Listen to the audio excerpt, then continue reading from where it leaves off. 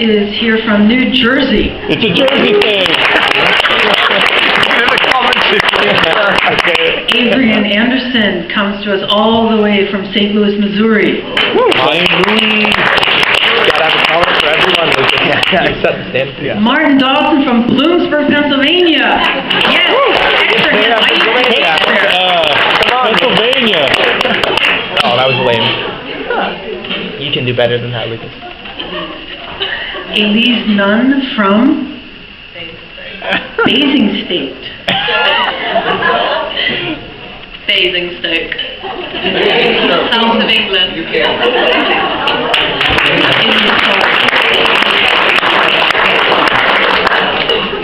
This is Alexandria Stutz from Iowa.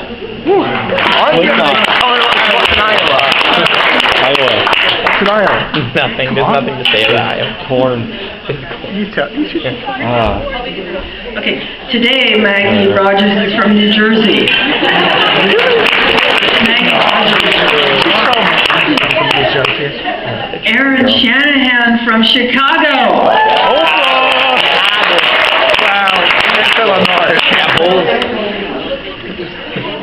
Drew Case Green from Bourton, England. Brighton.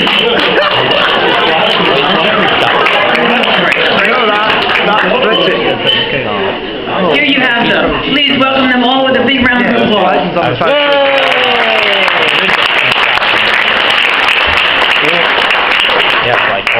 Alright, I'm sorry that this is a little hard to see for those of us who are speaking, but we are actually performing some of the history as well. So we're going to have a little bit of a disembodied here.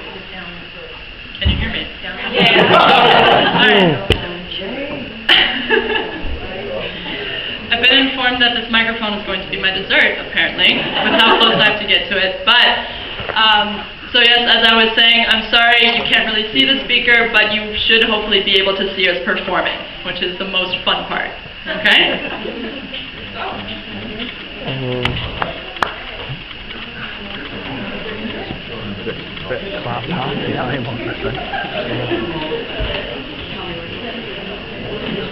Here's the bucket swag. Here's the bucket swag.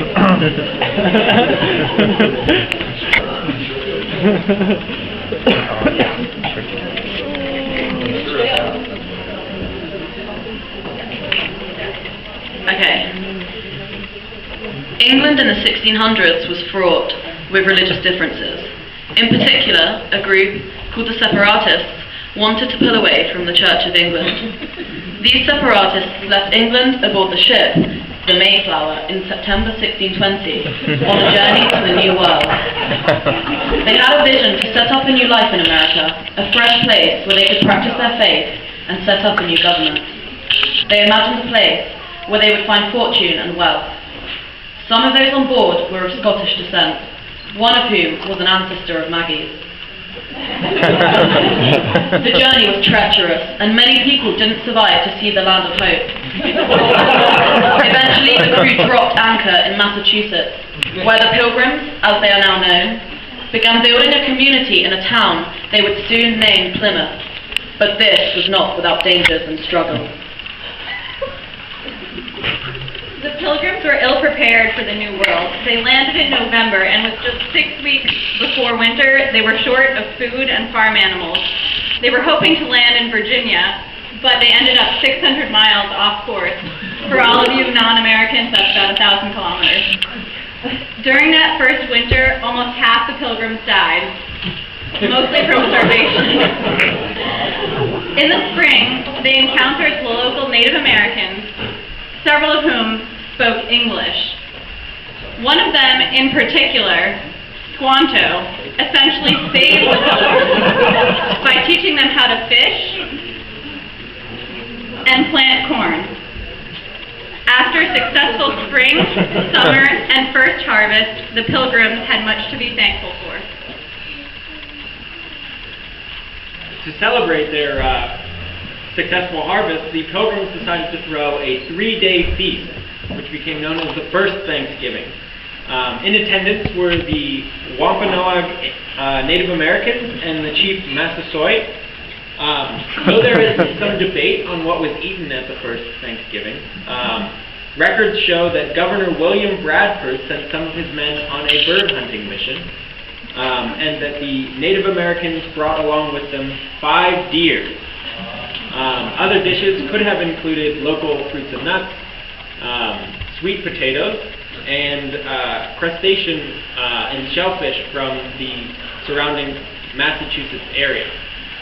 In 1863, Abraham Lincoln declared, I don't know if you can see this, but I have a nice big Abraham Lincoln hat.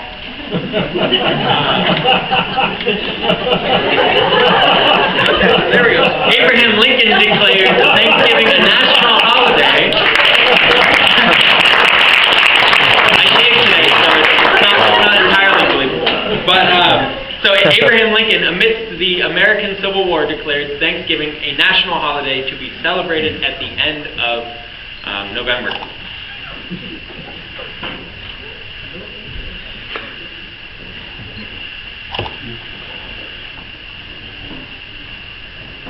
Whenever I've asked my students to name what comes to mind about Thanksgiving, they always say food, especially turkey.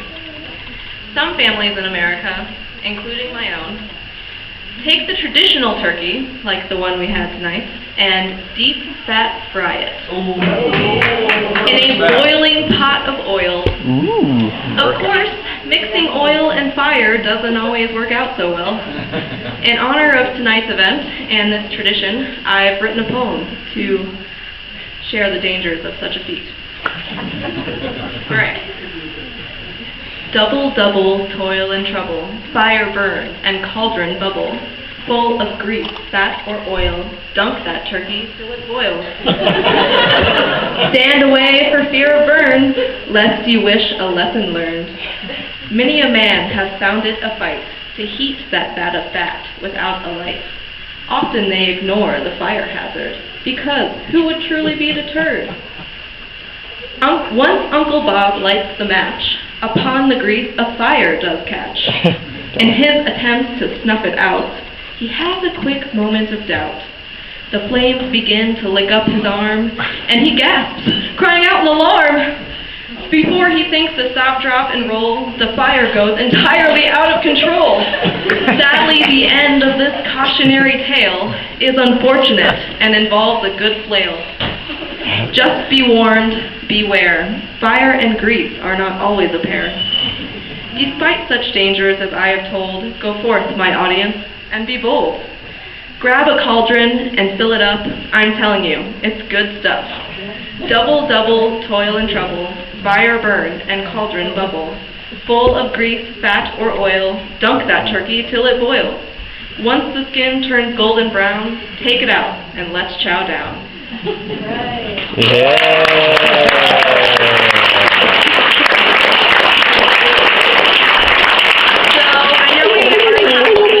Sweet potatoes tonight, but sweet potato casserole is a huge, huge Thanksgiving staple in the South in the United States, and it was originally popularized. Sweet potato casserole. Yeah. Right? Yeah, sweet potato casserole.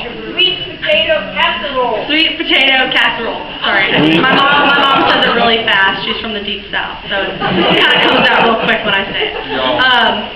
Anyway, so it was popularized originally by Irish and English and Scottish descendants, and it basically, sweet potatoes, you guys saw them, they're orange on the inside, but sweet potato casserole is sweet potatoes with a lot of cinnamon, a lot of brown sugar, and a lot of marshmallows. It's really, really, really good.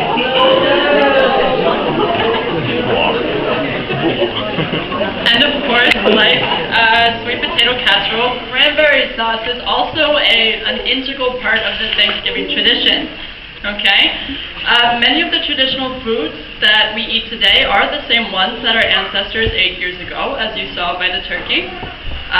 Cranberries, most similar probably to Preiselbeeren in German, are most often found in Massachusetts.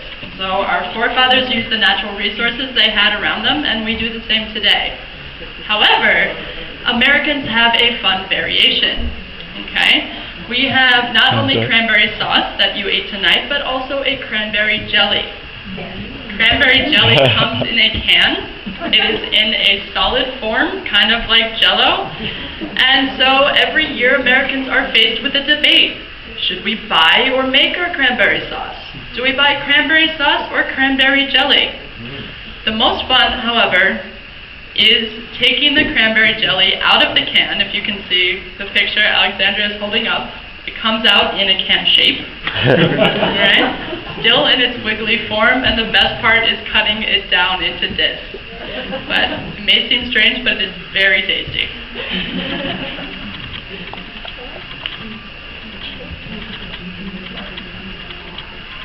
Alright, the wishbone, or in German, Schlüsselbein. Breaking the wishbone is a tradition in many American households. Basically what happens is the two people who are going to break it both make a wish first, and whoever gets the bigger side will have their wish granted in the next year. In my family, we always put the bone on the grill to dry it out so that it's easier to break. And then at some point during dinner or family time, while we're all watching TV, two people always sneak off to go fight over the bone and break it without anyone else knowing who's doing it.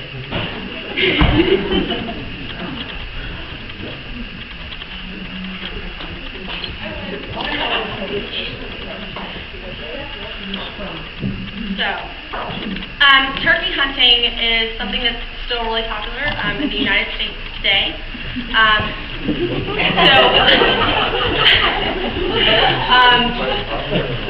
And it's especially common in Appalachia, where most of the descendants in that area are originally of Scottish or English or Irish descent. It's very, very central to family gatherings and to family meals. And like I said, today it's still really popular.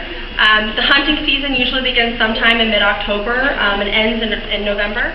And turkeys in general, I don't know if you know this, but turkeys are really fast and they're really smart. And I've been turkey hunting and it is really hard to hunt a turkey and be successful. So like I said, it's kind of hard to get a good shot at them. Though my immediate family doesn't really hunt turkeys anymore, my cousins and my aunts and uncles, like I said, my family's originally from the Deep South, so they all still hunt. And so they still hunt our Thanksgiving turkeys just like our ancestors did.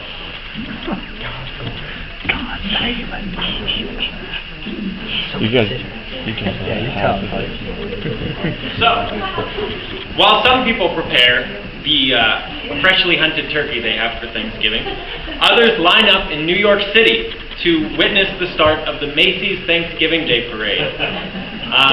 More than 300,000 Macy's employees have participated in the parade over its history.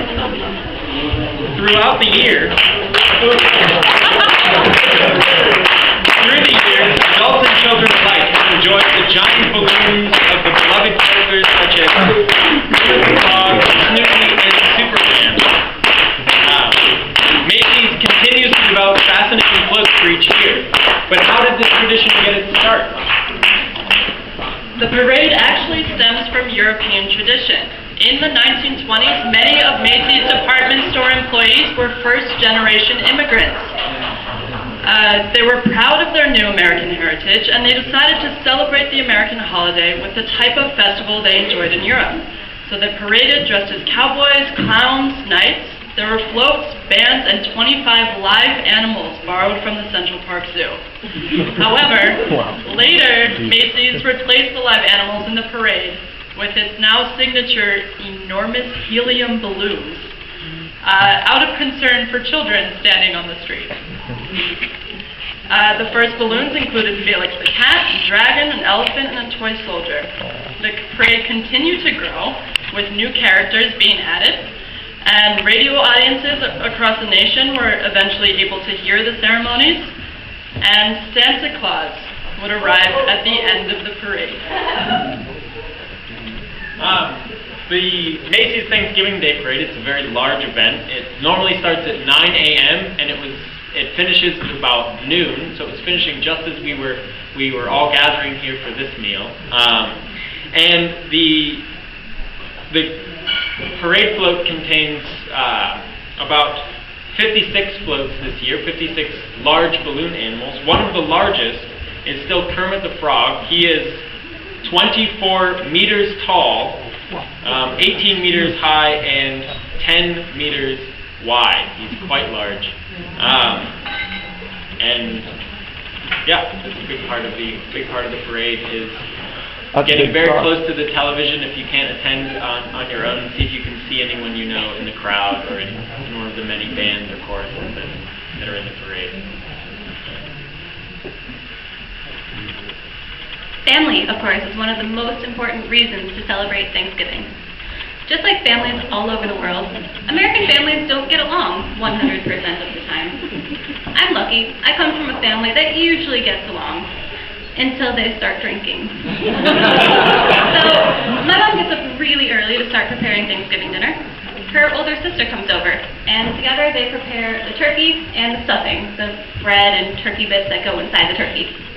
They never agree on the spices that should go inside. My mom always says, we need more nutmeg. Her sister says, no, there's already too much nutmeg. So they fight a bit, and then they call up my grandma. And Grandma comes over. Grandma has a glass of wine with them. And Grandma doesn't really help too much. While Grandma is distracting my aunt, my mom slips a lot of nutmeg into the stuffing. In 30 years of preparing Thanksgiving together, my aunt has never noticed. Other than this little tiff in the morning, my family usually gets along for Thanksgiving until one of my cousins tries to shove a piece of turkey under my nose because I'm the only vegetarian.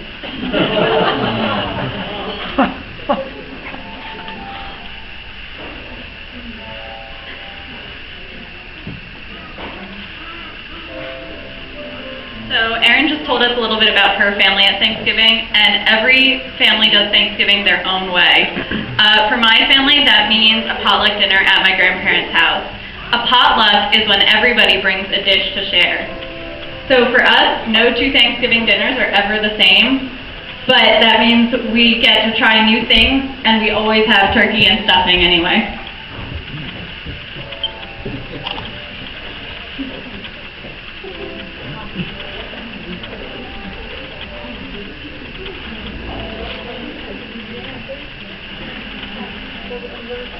So, football is one of the most popular holiday traditions at Thanksgiving. Yes. Football! Yeah, American football. I will specify.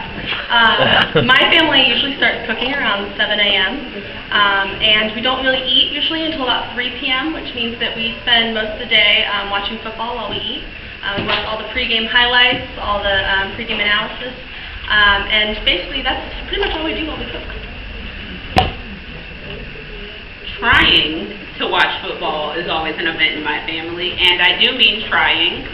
We all eat early, and while everyone's fixing their plates, they're also trying to hurry to be the first ones into the living room where we all eat so that they can get the best seat in front of the TV. Once you've claimed your seat, the idea is not to have to move at all. This ends up meaning aunts making nieces and nephews chuckle the children, grandparents making grandchildren go to the kitchen for more dip, and uncles, lovely uncles, starting to fart on anyone who's there sitting there while they're going to the bathroom or look for more beer. Another tradition in my family is Black Friday shopping. On Black Friday, many stores open at midnight or even as early as 5 p.m. on Thanksgiving Day. In my family, the day leading up to Black Friday are filled with going through sale ads and making lists of what we want from each store. We leave 2 hours before the store opens and wait outside. The goal is a nearly complete Christmas shopping for the lowest price. Once we finish shopping, we stay out as late as 5 or 6 a.m., and then we all meet back up at home to share our shopping treasures and hot chocolate before heading to bed.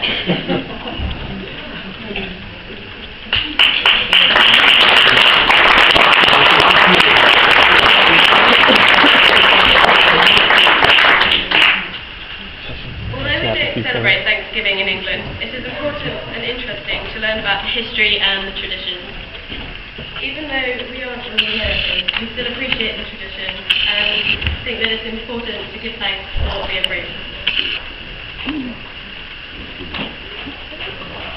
Speaking of giving thanks, it's all in the name. Thanksgiving Day is the one day each year that we take time to give thanks for what we have, what we love, and what has blessed our lives. Oftentimes, families take a moment at their meal for each member to name one thing they are thankful for. Today, I am thankful for the opportunity to live and work in Austria. I'm thankful I get to go home and see my family at Christmas. I'm thankful I get to share a great meal with new people. I'm thankful for having a family. I'm thankful for the opportunity to celebrate my first Thanksgiving. I'm thankful for all my sisters and the experience I had in my sorority. I'm thankful for all my new friends. I'm thankful for good health. And I am thankful that I found my long-lost brother this year. Aww.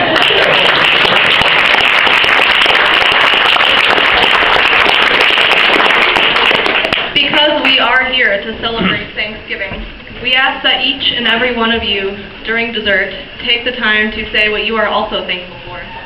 We would also like to thank you so much for your attention and for having us here. Happy Thanksgiving.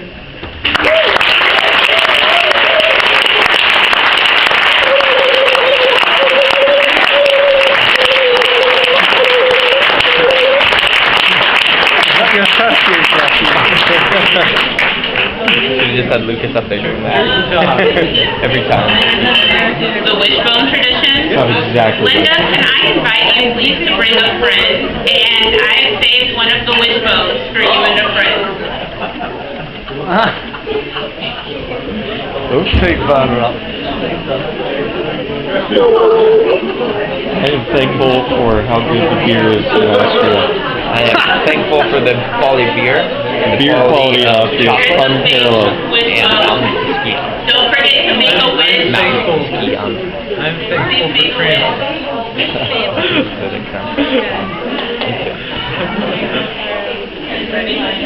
Yeah, Oh go back. man, How this I'm works. thankful for ice skating. You know how to do a wishbone? You just pull. Okay, that's fine.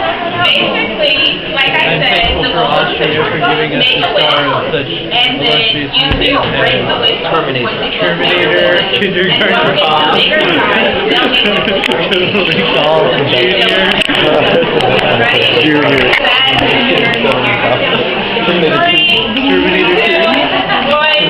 Good job, first time. Yeah, Junior. Terminator. I'm not familiar for Salvation.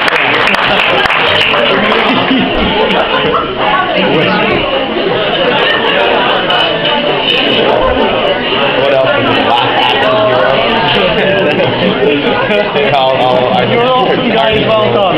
The Very proud of you. Governator.